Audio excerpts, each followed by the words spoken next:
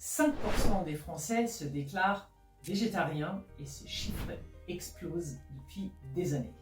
Mais voilà la question qui se pose. Est-ce que le végétarisme permet vraiment d'être en meilleure santé que les autres? Parce qu'autour de vous, vous avez forcément remarqué deux camps. D'un côté, ceux qui jurent que depuis qu'ils sont végétariens, ils n'ont jamais été aussi en forme. Et de l'autre côté, ceux qui ont essayé et qui se sont sentis épuisés, fatigués et qui n'ont jamais été aussi carencés. Mais alors, qui a raison? Avant de rentrer dans le vif du sujet, je vais me présenter pour ceux qui ne me connaissent pas. Je m'appelle Nina Voie, je suis spécialiste en alimentation et en médecine chinoise et depuis 10 ans, j'accompagne des milliers de personnes vers un chemin pour une meilleure santé.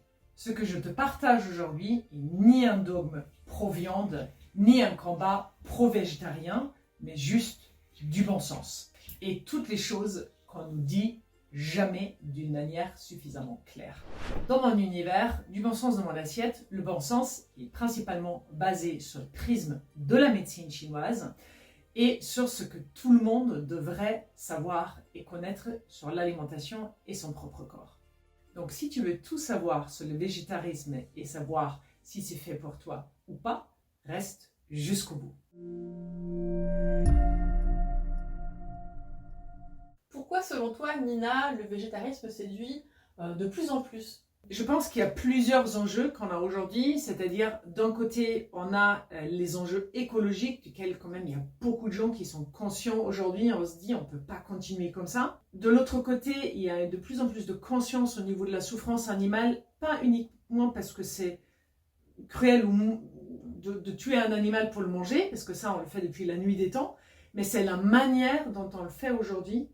Avec les élevages de masse, avec le fait d'envoyer un animal qui fait 3 fois le tour de la terre avant d'arriver dans notre assiette, parce qu'en fait c'est plus bon marché en fait de l'abattre en Chine et puis après de le plumer en Russie, enfin bref, avant que, en fait, de le transformer dans le Luberon pour l'amener ici, pour dire ah c'est made in France, et que c'est pas vrai, et que je pense qu'il y a vraiment une prise de conscience autour de ça qui fait que on n'a plus envie.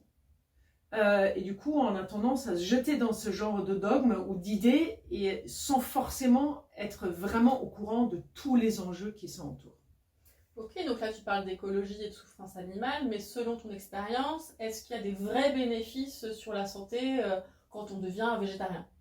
Je vais parler de mon cas, moi, parce que je ne veux pas du tout l'universaliser et on va dépioter ça un peu autour de cette vidéo parce qu'en fait, c'est ce qui est juste pour moi n'est pas forcément juste pour toi, ni juste pour la personne qui regarde.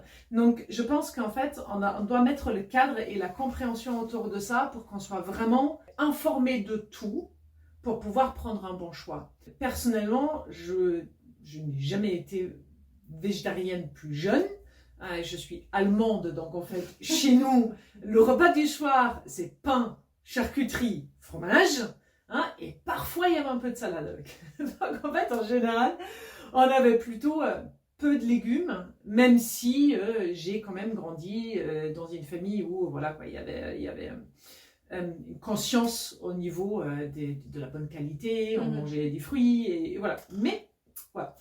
Et en fait, devenue étudiante et jeune travailleuse, voilà, dans un business qui a été extrêmement stressant, ben en fait, je me préoccupe pas non plus de manger végétal ou surtout de manger des légumes ou des fruits. Donc c'était très transformé et j'ai mis mon corps tellement dans le rouge que j'ai fini avec un burn-out et une sclérose en plaques après beaucoup de signaux d'alerte que mon corps m'a envoyé pour finalement me dire non mais voilà, alors là c'est stop. Et du coup j'ai fait un premier ajustement alimentaire où il y avait déjà beaucoup plus de végétal et avec déjà une conscience au niveau de la viande, c'est-à-dire il y avait déjà la suppression des produits laitiers qui peuvent être pour certaines personnes délétères ou mal digérés, ce qui était mon cas, pas à cause du lactose mais à cause des protéines de lait. Et puis après, il y avait la cuisson de la viande déjà à basse température, la suppression des charcuteries, moins de viande rouge. Il y avait déjà ce premier côté-là, plus de poisson, plus d'oméga 3. Et puis après, il y avait un deuxième volet qui est venu, mais genre 6 ans plus tard, où j'ai fait ma première cure régénérative des intestins, celle qu'on propose aussi dans l'univers, la fameuse qu'on propose dans l'univers du bon sens.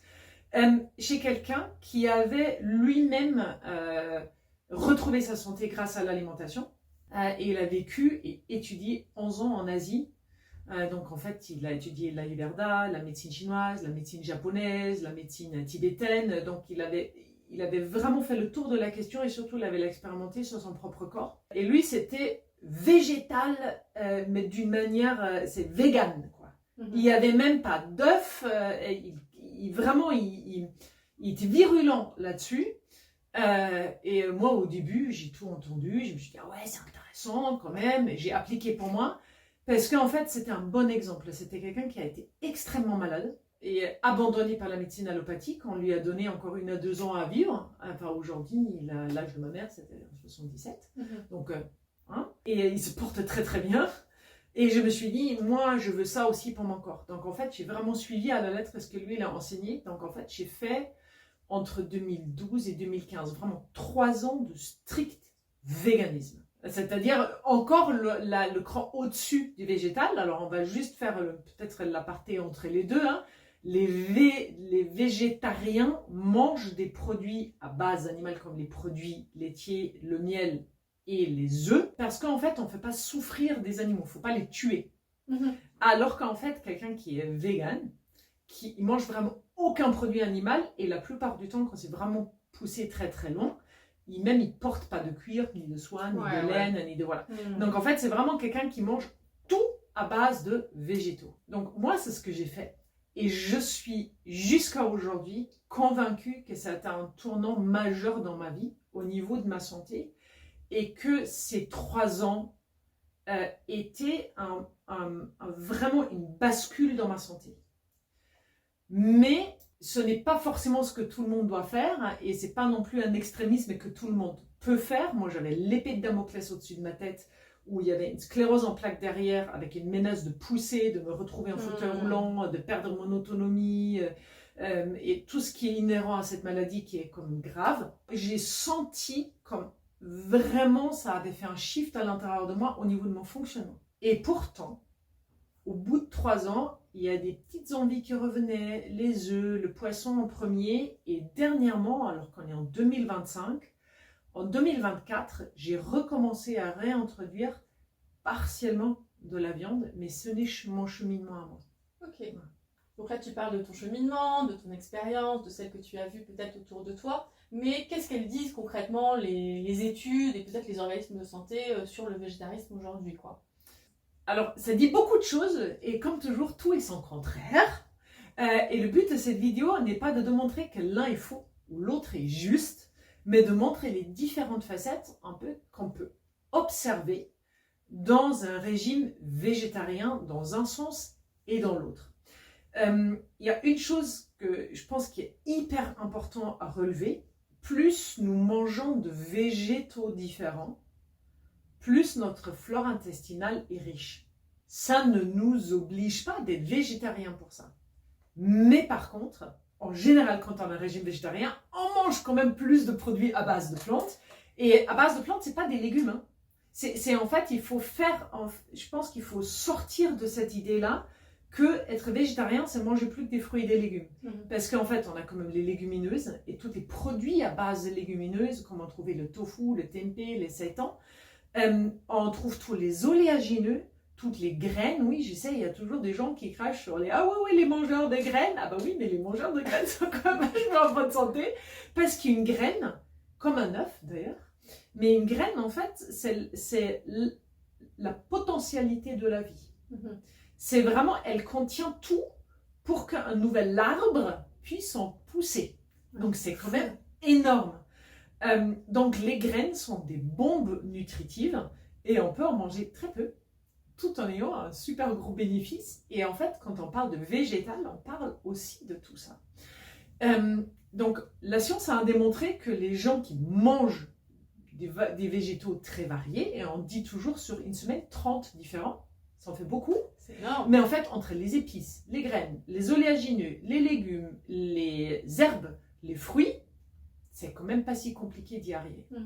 Si en plus on rajoute des légumineuses, alors là, c'est quand même simple. Parce qu'en fait, déjà, l'ail, l'échalote, et tout ça, ça compte déjà. Hein. Donc en fait, donc il y a de ça. Et de l'autre côté, on a aussi montré qu'il y a des personnes qui mangeaient beaucoup de produits animaliers, notamment des produits animaliers transformés. Et je ne veux pas aller plus loin de pousser et de dire la viande rouge est mauvaise pour le corps.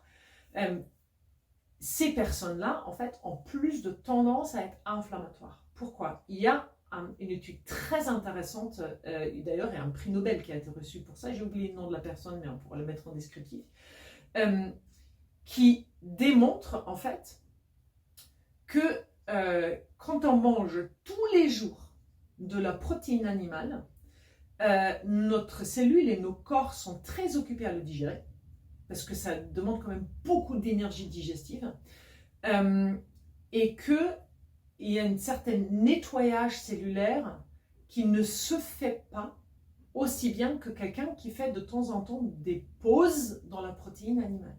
Juste pour faire l'image, quand on a des sucres, des glucides, c'est comme des briques de Lego, c'est très très simple à digérer, c'est une petite brique. Des graisses, c'est genre quelques briques, un briquet, genre c'est une maison faite par un enfant de 6 ans, alors qu'en fait une protéine animale c'est la station des pompiers.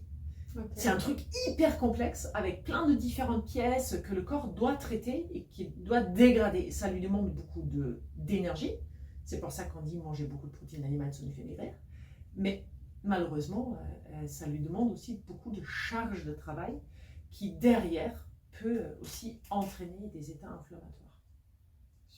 Même si, parce qu'il y a là aussi la science qui dit ça, par exemple pour des personnes qui ont des gros enjeux de SIBO, c'est-à-dire flore intestinale dégradée dans l'intestin grêle, dans lequel il n'y a quasiment pas de flore normalement, quand ils mangent principalement de la viande, et un régime sans résidus, c'est-à-dire sans fibres, c'est-à-dire sans légumes, ben en fait, ça leur permet de récupérer aussi une meilleure digestion. Mais ça doit rester quelque chose de temporaire et de thérapeutique. Parce que quand on regarde nos dents, on va peut-être juste clôturer cette section avec ça, quand on regarde nos dents, hein, on a principalement des dents qui sont faites de molaires, qui sont là pour broyer, d'incisives qui sont là pour couper, et on a quand même 4 canines, 4, et elles ne sont pas hyper acérées quand même, pour déchiqueter de la viande. Donc en fait, nos dents nous disent pourquoi notre corps humain est fait. Et est-ce que c'est scientifique?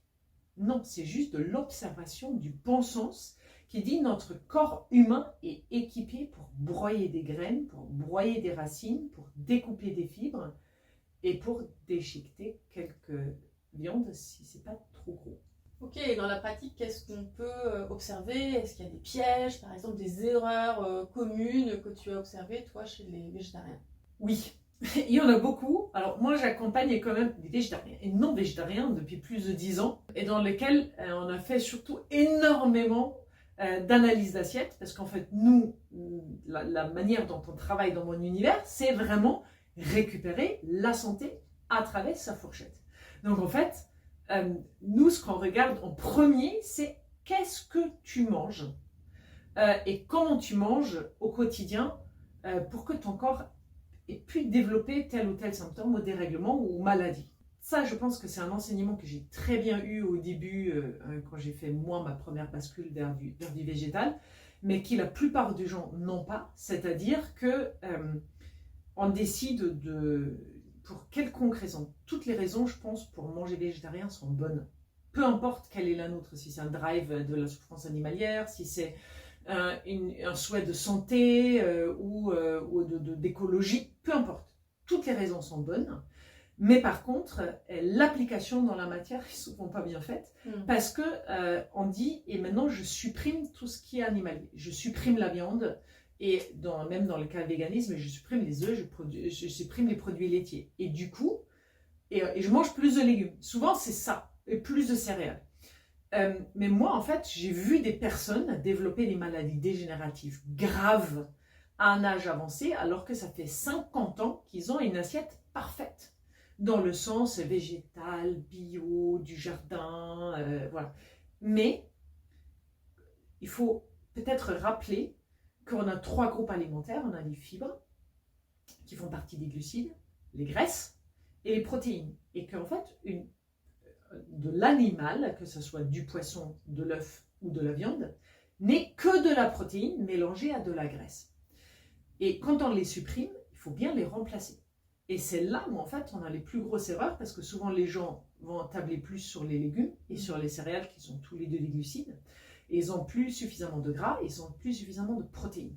Et en fait, ce qu'on observe chez les végétariens, notamment chez les végétariens où ça réussit bien, c'est qu'ils ont remplacé la protéine animale avec de leur protéine végétale, c'est-à-dire des légumineuses ou des sous-produits de légumineuses comme du tofu, du tempeh, du seitan, et des champignons, plus de graines qui sont très très riches en protéines aussi, hein, parce que ça donne vie à une vie,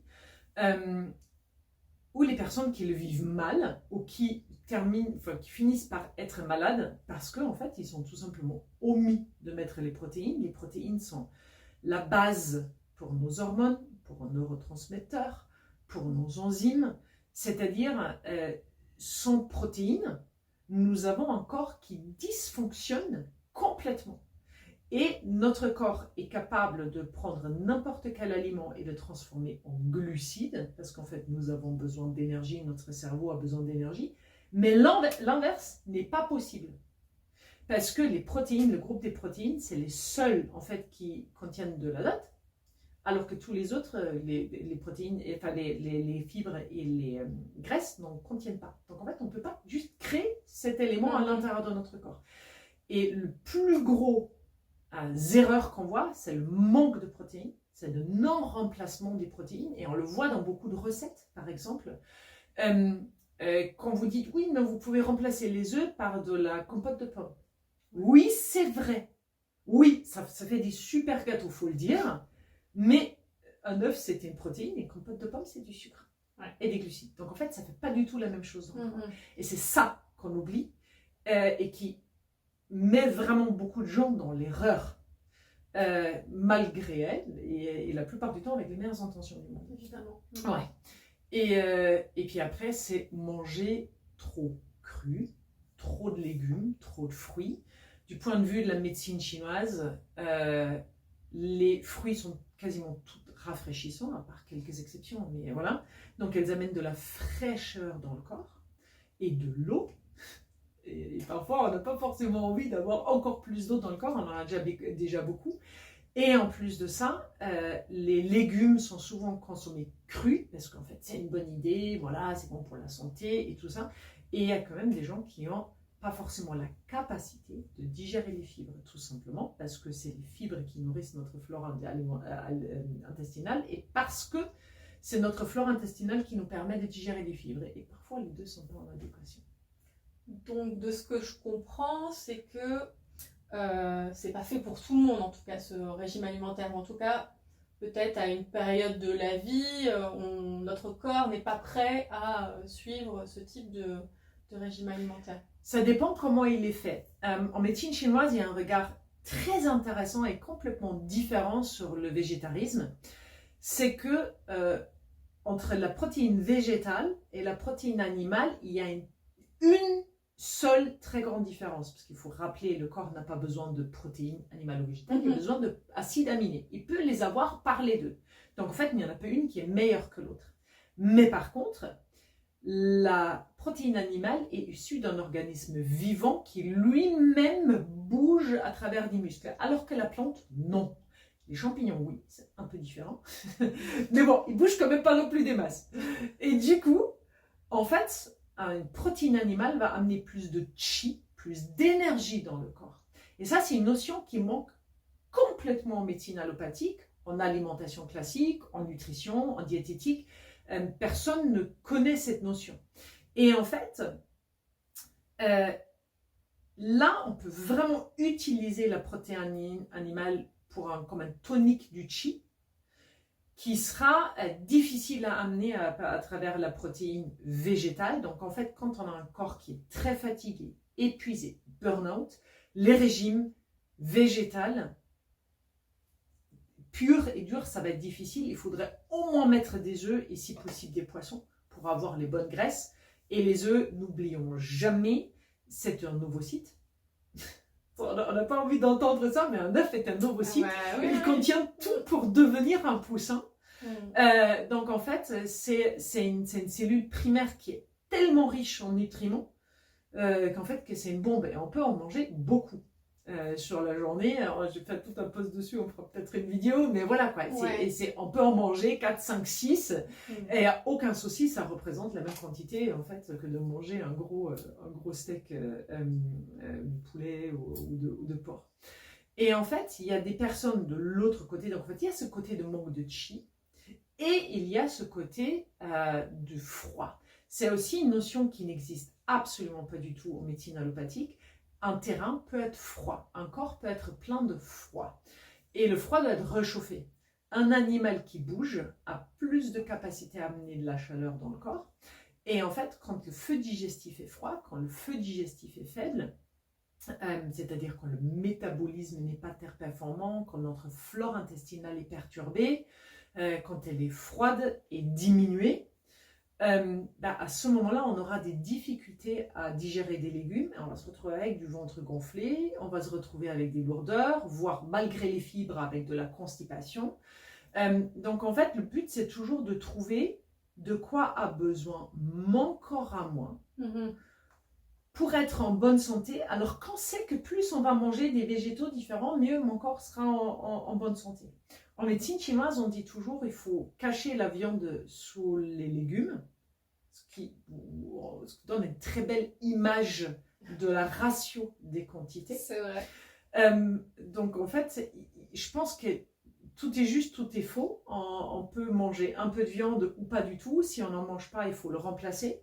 Si on voit qu'avec toutes les meilleures intentions du monde qu'on a au niveau écologie, protection animale et tout ça, ça ne nous convient pas, je pense que c'est important aussi de s'accorder que notre corps a besoin d'autre chose et de chercher éventuellement les solutions qui sont les plus adaptées en faisant des compromis, dire ok, je vais en moins mettre des œufs ou voilà.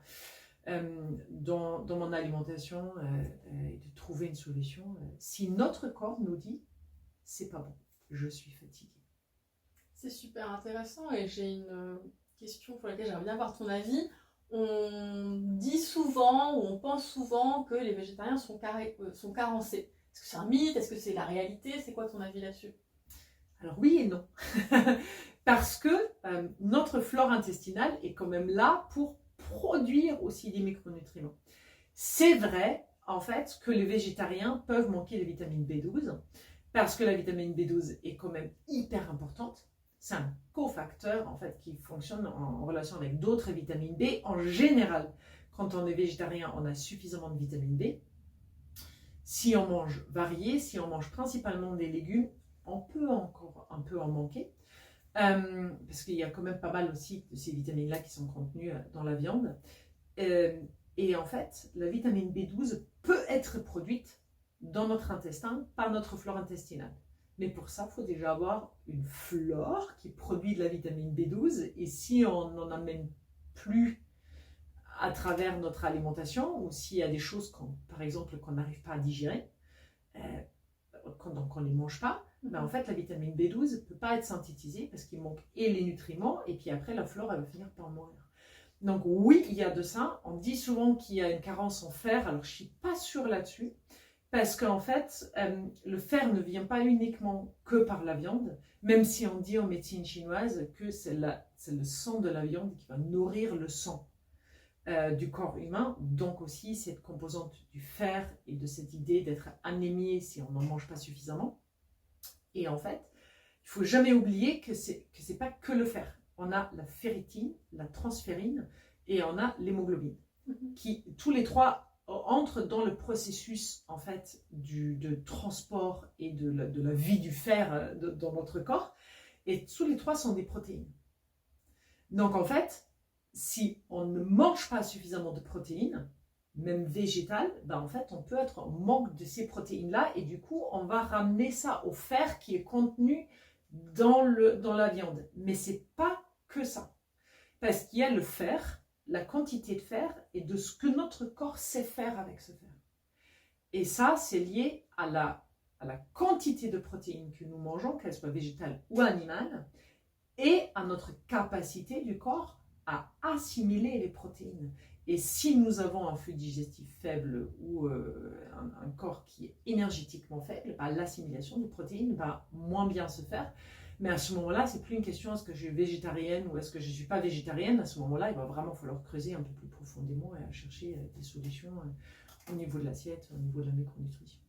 Est-ce que tu aurais quelques clés pratiques si moi, demain, par exemple, je veux devenir végétarien, semi-végétarien, flexitarien, qu'est-ce que tu pourrais me conseiller? Je pense que la chose la plus importante, c'est de regarder, est-ce que déjà, sans être végétarienne, je mange suffisamment de protéines? Est-ce que j'en ai vraiment matin, midi, soir dans mon assiette? Comment est-ce que je veux et que je peux les remplacer? Est-ce que j'ai envie de devenir un végétarien de compétition et de tremper tous mes légumineuses, ou est-ce que je suis capable de les digérer aussi à travers quelque chose qui est vendu en bocal, qui est peut-être plus accessible et plus facile? C'est quand même de garder un côté chaud et cuit, parce qu'en fait, plus c'est chaud et cuit, plus c'est assimilable par le corps, et ça en vaut aussi pour les légumineuses. Je pense qu'une des meilleurs conseils qu'on peut donner, c'est de découvrir d'autres cuisines, parce qu'en fait, notamment les cuisines asiatiques sont des cuisines végétariennes, mais hyper goûteuses. Ouais.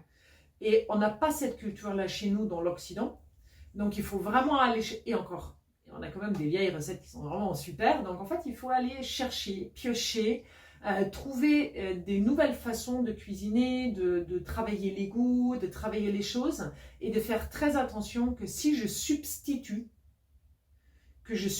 quelque chose de l'équivalent. C'est-à-dire, quand je substitue quelque chose riche en protéines, il va falloir que je substitue avec quelque chose riche en protéines. C'est-à-dire un œuf, si vraiment j'ai pas envie de le manger, ben je vais plutôt le substituer avec du tofu soyeux ou des choses de ce genre-là. Et il ne faut jamais oublier aussi qu'à travers la viande, on a aussi des graisses qui rentrent dans le corps. Donc en fait, il faut aussi substituer bien les graisses et les protéines. Et puis après, même dans une assiette végétale, on reste dans les 5 éléments, on reste dans les assiettes arc-en-ciel, c'est-à-dire plus c'est coloré, mieux c'est.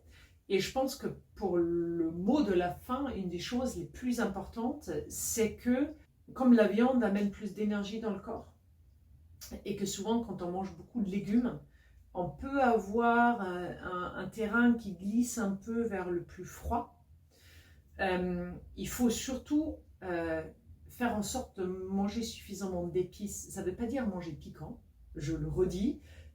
La cannelle, le cumin, les graines de fenouil ne sont pas piquants, mais ils sont tous réchauffants et ils amènent des espèces d'enzymes et d'accélération de digestion, et ça c'est vraiment excellent pour notre santé. Et en général, personnellement, je ne prône ni l'un ni l'autre. J'ai écrit un livre sur la cuisine végétale quand même, mais en fait, chaque recette propose toujours une solution au niveau animal, parce que je trouve qu'en fait, chacun de nous doit quand même prendre conscience du monde dans lequel on vit et du mal qu'on fait à la planète. En fait, moi, je suis quand même écologiste et ami des animaux de ce côté-là. Ouais.